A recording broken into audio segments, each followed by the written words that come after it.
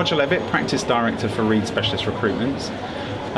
When we're looking at how we can effectively win the race to the next job and to the right job, I think a lot of candidates would benefit by focusing on where they can demonstrate they've deployed their skills and knowledge in a work-based environment. And what I mean by that is anecdotally talking about a scenario whereby they've deployed the skills and the knowledge that they have in a real-life scenario. You know, it's very, very simple to talk about, have I got the right skills? Do I have the right knowledge? In black and white, you can have a look at that. You can match that up with a job specification. That's fantastic, but taking it to the next step, anecdotally, where have I used those particular skills? What scenario have they been applied to make sure that I've got the right outcome? And if you want to stand out as the next candidate, to help visualize the interviewer's perception of you in that role and to bring it to life, use the anecdotes to help you bring the story to the table. Bharvi Patel from Protocol. I'm the Regional Recruitment Manager for London and the South. I work with about 150 colleges and obviously thousands of candidates. And the three things that I feel you need to be ready for to securing a job in the FE sector is, first of all, staying current.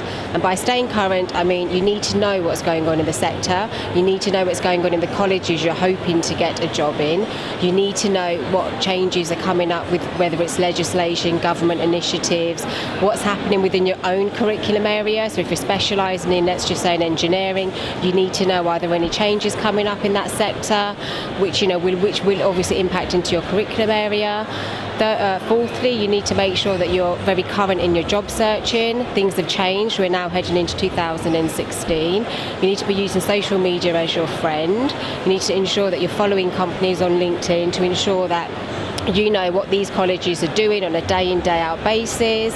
So if you're staying current and you know exactly what's happening with the sector and where you want to work, the second most important tip is ensuring that your CV is up to scratch. And by that, it's not just about putting down who you work from, what you do. You need to go into deeper detail.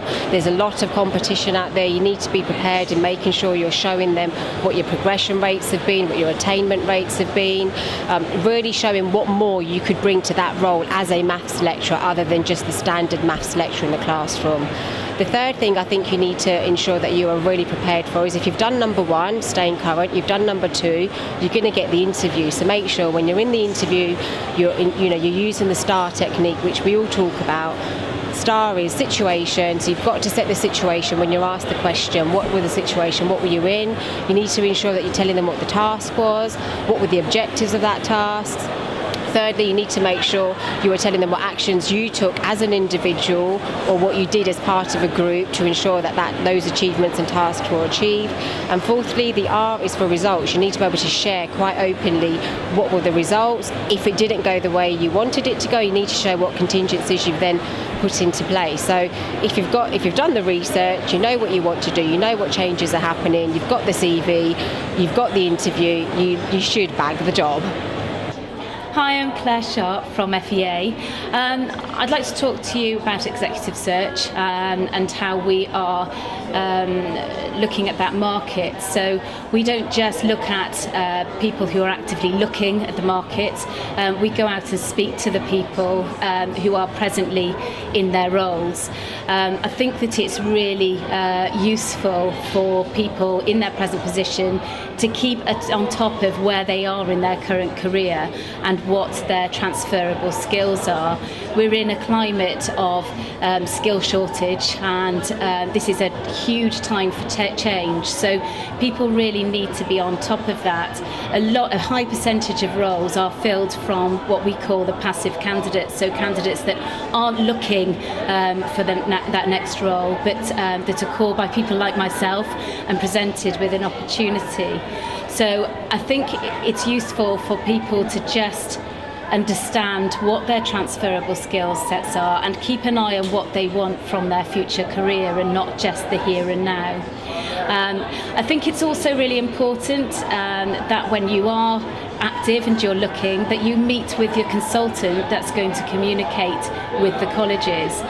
Your details are your own personal details, and you only get one shot at any one role.